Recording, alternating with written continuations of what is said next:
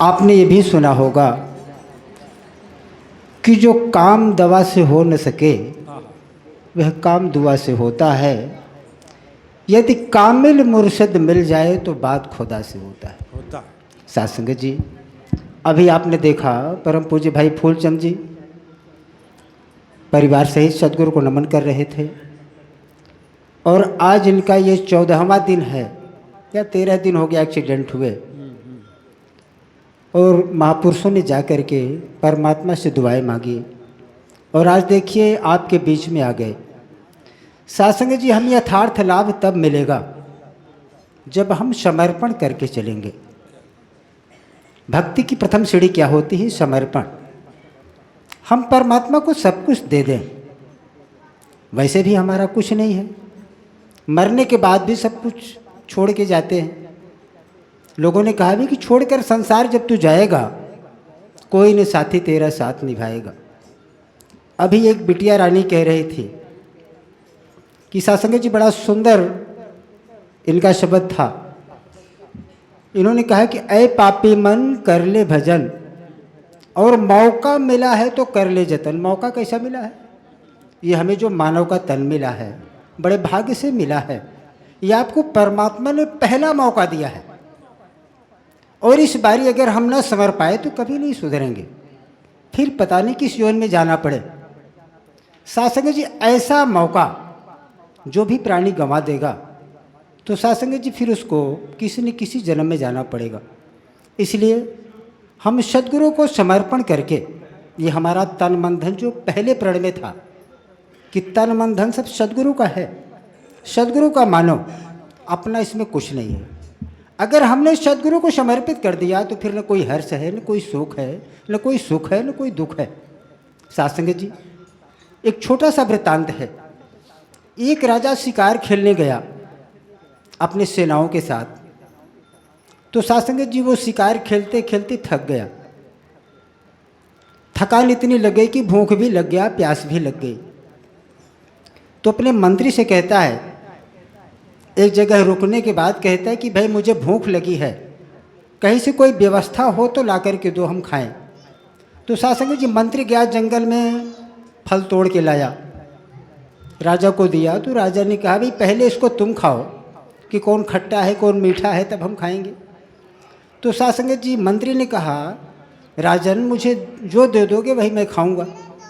मैं अपने से खाता हूँ तो आप समझोगे कि मीठा है, खा लिया, और जो रखा है वो खट्टा है। तो सासंग जी राजा जी ने अपने हाथों से उनको फैल दिया और वो फल को खाया तो बताया राजा जी बहुत मीठा है।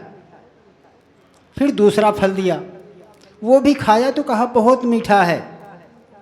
राजा को विश्वास हो गया कि फल मीठे हैं। तो सासंग जी राजा जब खाने लगा तो फल खट्टे निकले। तो उन्होंने कहा, मंत्री जी आपने कहा तो फल मीठा है लेकिन ये बहुत खट्टा है। सासंग जी मंत्री ने कहा कि आप हमारे जीर्णोद्धार हैं, आपसे ही हमारा जीवन है, आप हमें जो दे देंगे सब मीठा लगेगा। सासंग जी हम भी परमात्मा की शरण में हैं, हमने सब कुछ बलिहार दिया है, ये चाहे सुख दे दे चाहे दुख दे दे सब हमें स्वीकार है। सासंग जी भक्ति की प्रथम सीढ़ी यही तो शुरुआत होती है। हम अपना मान के चलेंगे तो कुछ सफलता नहीं मिलेगी। हम सद्गुरु को सौंप करके चलेंगे तो हमारा सब कुछ सारा जीवन सुखमय शांतिमय बीतेगा। सासंग जी मानव देही मिली है, मानव देही में हम जब तक भजन न कर सकें, आपने सुना है भजन गाया नहीं जाता, भजन किया जाता है, गीत गाया जाता है। भजन का मतलब क्या होता है? ये सुनिए डिफरेंस बिटवीन भजन एंड। भजन का मतलब क्या होता है? जैसे रस्सी आपकी भांजी जाती है, पहले रस्सी चलती थी, आज भी है। रस्सी पहले हाथ से भांजते थे, आज मशीनें आ गई है। और उस रस्सी को जब भांजा जाता है तो रस्सी जल जाती है पर उसका बल नहीं जाता। आपने देखा होगा कि रस्सी जल जाती है, उसका ऐठन जाता नहीं, जलने के बाद भी ऐठन ज्यों का त्यों है। उसी प्रकार से हमारा मन भी सद्गुरु इस रमे राम में भज जाए, और जब तक नहीं भजेगा हमारा भजन नहीं हो पाएगा। महापुरुष ने कहा भी कि भजनिया कैल भैया समैया न मोलबा। हमें इतना अच्छा मौका मिला, इतना अच्छा, इतना समय मिला है कि हम भजन नहीं कर पा रहे हैं। साथ संगत जी, गीत गाना तो अच्छी बात है। जरा आप सोचिए, अगर गीत गाने से भी परमात्मा मिल जाता तो लता मंगेशकर, मोहम्मद रफ़ी, जितने भी हैं कलाकार, उनको क्यों नहीं ब्रह्म मिला, क्यों नहीं रमे राम मिला, और मीरा को कैसे मिल गया? जरा सोचिए हाँ, सूरदास भाई नाच गया। कि मीरा जब इस रमे राम को देखा तो मगन होकर के नाचने लगी, गाने लगी। ऐसी लागी लगन, मीरा हो गई मगन, वो तो गली गली हरि गुण गाने लगी। साथ संगत जी, ऐसा होना चाहिए। भजन का मतलब है हमारा मन। आप जानते होंगे कि सिमरन होता है, एक तो है निरंकार, मैं तेरी शरण हाँ मैनू बख्श लो। साथ संगत जी, मैं तेरी शरण में हूँ, मुझसे हमेशा गलतियाँ होती रहती, मुझे बख्श लो। साथ संगत जी, और हम ये भी अरदास करते हैं कि परम पिता परमात्मा सब तेरे संतान, भला करो सबका प्रभु, सबका हो कल्याण। क्या बात है। साथ संगत जी, हमारी भावनाएं ऐसी प्रबल होनी चाहिए कि हम एक दूसरे के प्रति सदैव उपकार ही करते रहें, किसी के प्रति नकारात्मक सोच कभी न होने पाए। साथ संगत जी, इसलिए इस मानवदेही पर एक छोटा सा शब्द है कि भजन बिन देहिया ना सोहे रामा, भजन बिन दहिया ना सोहे रामा, भजन बिना दहिया ना सोहे बाबा। भजन बिन देहिया ना सोहे रामा, भजन बिन दहिया ना सोहे बाबा। भजन बिन देहिया ना सोहे रामा, भजन बिना दहिया ना सोहे बाबा, भजन बिना।